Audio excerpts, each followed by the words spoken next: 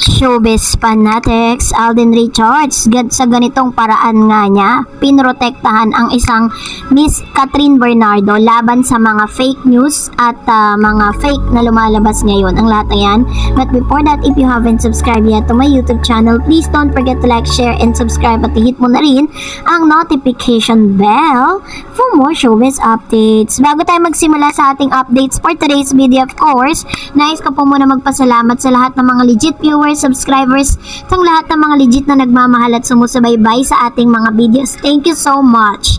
And for today's video ay isang interview, ang nagpa-unlock ng isang interview si Mr. Alden Richards matapos niya nga matanggap ang kanilang award dito po sa Guillermo Mendoza Awards Night, at dito po ay nabigyan siya ng pagkakataon na matanong at mabigay ang kanyang salaysay patungkol nga sa mga lumalabas na news kung saan ay pinagbibintangan siya na naglabas siya ng ilan sa mga defamatory words na makakasira nga sa pangalan nitong si Daniel Padilla. Ang hinangaan lang natin dito is talagang siya po ay nagsalita kasi may mga times na parang pati si Catherine nadadamay dahil po dun sa mga tweets na yon. So sabi niya, Alden Richard asserted that he would never say any defamatory words about one's personal life as he warned against fake posts of him talking about Catherine Bernardo and Daniel Padilla. Alden Richard issued a warning in 24 Oras report aired on May 15 saying he's not the type of a person who makes such comments about one's personal life when asked about fake post. Kahit kailan, hindi ako magkokomento ng kahit anong defamatory words to someone na hindi ko naman masyadong kasama at wala naman akong karapatang maghusga sa taong tinutukoy na sa fake tweets na kumakalat. So ito po yung ilan sa mga halimbawa. Maging si Daniel Padilla po yung ginawa nito. Tapos ang dami po, sunod-sunod po talaga yan na hindi po nagsasalita o hindi man lamang pina-fact check ni Daniel Padilla sa publiko. Kaya tuloy ang alam ng ilan na totoong siya talaga yung nagsasabi nito. May isang beses po na parang umalsa ito pong kanyang ina na si Miss Carla Estrada, pero other than that, wala na po silang ginawa para po itama itong mga maling tweets na ito. Pero ibang klase naman itong si Alden Richards. Talagang hindi po siya natakot na itama kung ano man po yung mga maling ito dahil pati po si Catherine Bernardo ay nababahiran yung kanyang nadudungisan yung kanyang kredibilidad. Maging ang kapamilya po ni Miss Catherine Bernardo ay nadamay din dito sa tweets na ito. Ayan. So, KCMBN23 tas may verify check. Ito naman po yung kanyang post. Sabi diyan, binigyan ng babae sa iyo yung tiwala, pagmamahal o future niya, tapos for how many years siniloko mo lang pala, on cam ka lang pala loyal at faithful, pero sa likod ng camera dugong Padilla ka talaga. Please wag mo nang guluhin pa si Kat, masaya na siya ngayon sa mundong ginagalawan niya. Biruin po ninyo, diba, magsasalita ba si Alden Richards ng ganyan? Kaya naman ang ginawa niya agad niya po ito pinak-check. Sabi niya, the actor reminded the public to be wary of fake news recirculating on social media while pointing out the importance of fact-checking. Sabi niya, ingat lang tayo sa fake news dahil social media ay pugad ng fake news.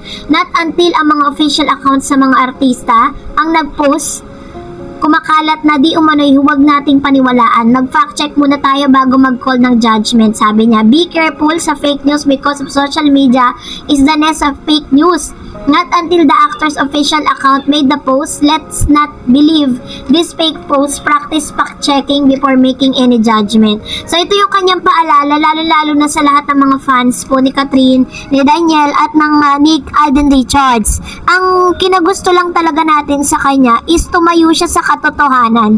Kumbaga parang he stand firm for Catherine and pinrotektahan niya at all costs dun sa kanyang sinabi. Kasi dito pwede siyang mapahamak at na kumbaga parang medyo na dadrag kasi rin yung pangalan ni Catherine Bernardo patungkol sa bagay na ito. Pero ito nga, ginawa ni Alden Richards, nagsalita na siya on behalf of Catherine Bernardo, Daniel Padilla at siya na talagang napag-uusapan ngayon. So, hinangaan po ng ilan ang pagiging matapang nga nitong si Alden Richards. Yun nga lang, kapag tinatanong po siya patungkol sa bagay na yung tungkol po sa relasyon nila nitong si Catherine, ang lagi lang niyang sinasabi is personal na po nila yon at ayaw niya pong sagutin yung mga katanungan dahil gusto niya nga ng pribadong buhay.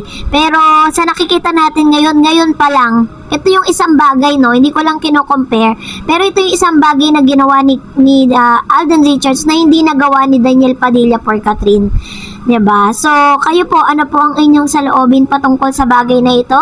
Comment down below. So dahil dyan, mag-react tayo sa ilan sa mga komento po ninyo patungkol sa ating last update. Unahin po natin ang komento ni Ma'am Shira Sonia Manriolaga. There are no actors and actresses other than Alden and Catherine in the Philippines. Everything resolves around them at home. You know that Alden and Kat love each other before Katniel's separation, but Kat took advantage of the situation to separate Daniels as soon as she knows that DJ is with another girl. Ito mismo yung sinasabi ko na parang nadadrag yung pangalan niya. Dapat sa mga ganitong issue, nagsasalita si Daniel, pinagtatanggol niya si Catherine, na hindi totoo na nagtok ng advantage itong si Kat nung nagkaroon ng another girl si DJ. Maling-mali po yun. Kasi, alam natin na hindi naman po si Catherine talaga yung nagloko. Alam naman natin na, 'di ba? Alam natin yung tunay na dahilan. Dito po sa pagkakataong yan, dapat nagsasalita si Daniel to fact check and to protect Catherine Bernardo at all cost. Sabi ni Nelia Shiple, hindi kasalanan ng Kat din yun.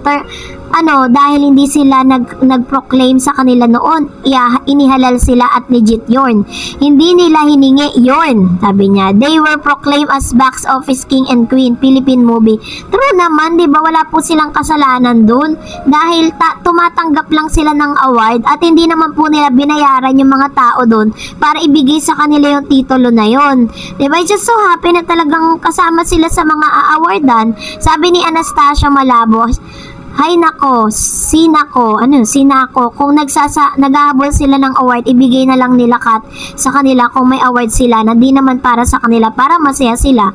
Sabi naman ng isang user, sus, wala na kayong ibang mapag-usapan kundi siraan ng kasiyahan ng iba. Hindi na lang ninyo tanggapin at maging masaya kayo sa blessing na natatanggap ng kapwa nyo.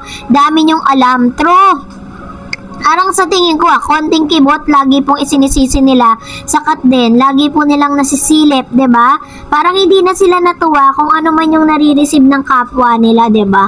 Which is very very wrong. Dapat talaga, let's be happy for them and let's be happy na talagang may mga taong nagtatagumpay at pinaghirapan naman talaga nila lahat yun, 'di ba? So, yun po yung pinopoint out natin dito na hindi na nila kailangan questionin pa kung ano man yung mga natatanggap ni Catherine Bernardo at Alden Richards sa mga pagkakataong ito dahil parang hello, kita naman natin kung gaano sila kagaling at kung gaano po nila pinagbuhusan ng effort, ng talent yung kanilang ginawa. Deserve to have those awards. Sabi ng isa pang user, yung mga bashers naman imbis na makatulong sa pag-angat ng showbiz industry, nakakasira pa sa showbiz. Ay nako, mga ugali nga naman ng ibang Pilipino, sala sa init, sala sa lamig.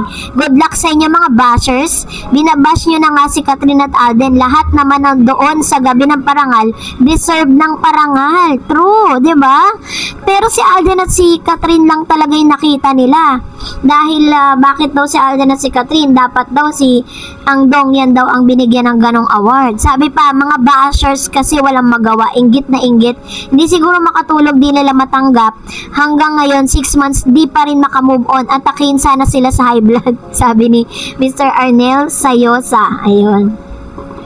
Ay nako, hindi na natin alam talaga. Alam nyo po kasi ang mga bashers, lagi pong may sasabihing negatibo. Wala po talagang sasabihing maganda yan at hindi nila ma-appreciate ang beauty ng love. Kaya nga po ang tawag sa kanila ay bashers, that is short for basura, 'di ba?